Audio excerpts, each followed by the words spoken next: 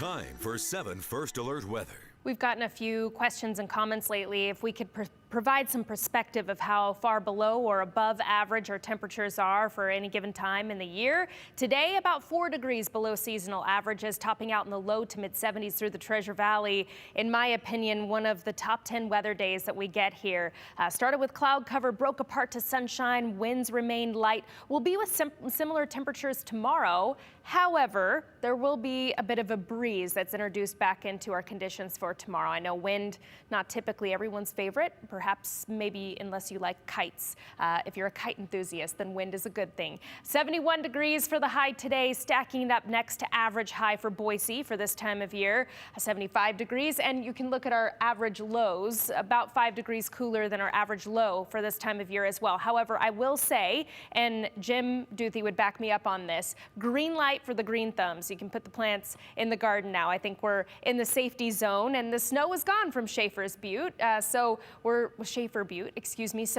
maybe not seeing those very cold mornings in the future as we cruise closer and closer to the beginning of summer. It starts to feel like summer on Thursday. The heat just doesn't stick around for very long, and this is the holiday weekend, back below average. This line representing what is average for this time of year. So cooler than average conditions and also unsettled conditions for the holiday weekend ahead. Here's our high pressure ridge that builds in for the middle of the week. Low 80s on Wednesday, upper 80s, close to 90 on Thursday, another warmest day of the year so far. But then here's what happens for the weekend. Another trough of cooler than average temperatures and unsettled conditions of low pressure will drop back into the region for us.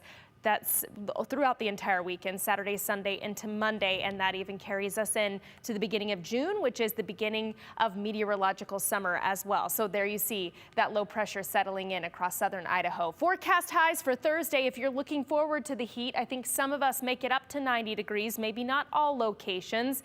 Make it a run for it at least. It all depends on how quickly that cloud cover increases over the area. Whether or not we make it there remains to be seen, of course. Timeline for the rest of this evening and overnight tonight, falling into the low and mid 40s once again for early tomorrow morning.